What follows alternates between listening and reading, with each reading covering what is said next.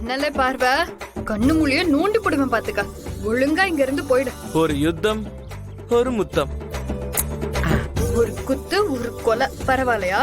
உன் கையால கொலை செஞ்சா கூட எனக்கு பாக்கியம்தான் டார்லிங். உள்ள தூக்கி லாடம் கட்டினா 1 மாசம் நடக்க முடியாது. பரவாயில்லையா? இல்ல இது என்ன கார் கதவு திறந்துருக்கு? அது காத்தோட்டமா இருக்கட்டும்னு திறந்து வச்சோம் மாமா. தரு தோரா உள்ள இருக்கிறது யாருக்கும் தெரியக்கூடாதுல. நீங்க வாட்டு கதவை திறந்து வச்சிருக்கீங்க.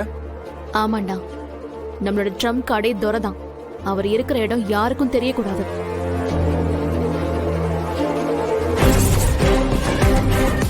இல்லை அதிகாரி மேடம் நம்மள பார்த்தா வரா மாதிரி இருக்கு.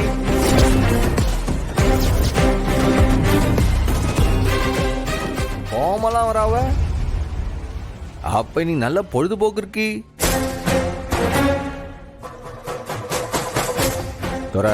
சொல்லுங்க சண்முகம். நீ காருக்குள்ள இருக்கிறது அவங்களுக்கு தெரியாது.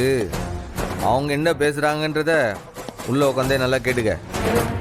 கவனிச்சுட்டு தான் இருப்பேன் சண்முகம். இல்லை சிவபாலா விடுவா. இதுபடி நில்லு. வணக்கம். வணக்கம் மேடம். வணக்கம். என்ன சண்முகம், நக்கலா? என்ன மேடம், உங்களுக்கு இல்லைனாலும் உங்க பதவிக்கு ஒரு மரியாதை கொடுக்கணும்ல. அதுக்குதான் சொன்னேன். அதுக்கு போய் நக்கல் சொல்லுதிய. இந்த திமிரெல்லாம் என்கிட்ட காட்டாத. நீ இன்னும் ஜெயிக்கல, அது உனக்கு தெரியுமா? தெரியும் மேடம். நான் வைஜெயந்தி, ஒரு போலீஸ் அதிகாரி. என்ன ஜெயிக்கிறதுக்கு எந்த கொம்பனும் இன்னும் பிறக்கல.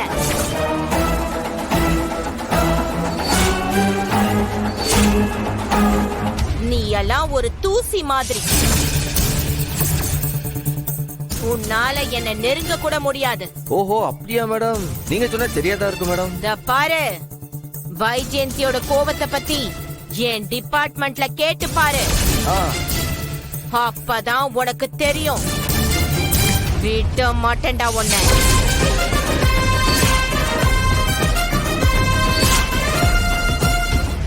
அந்த அறிவழகனை உன்னால காப்பாத்தவே முடியாது.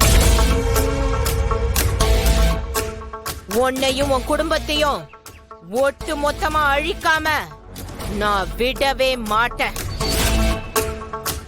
மேடம், முன்னாடி கூட எனக்கு கொஞ்சம் நம்பிக்கை இல்ல. ஆனா இப்ப நீங்க பேசுறத கேட்கும் போதுதான் நாங்க ஜெயிச்சிரோன்ற நம்பிக்கையே வந்திருக்கு மேடம். என்ன ஒளர்ற?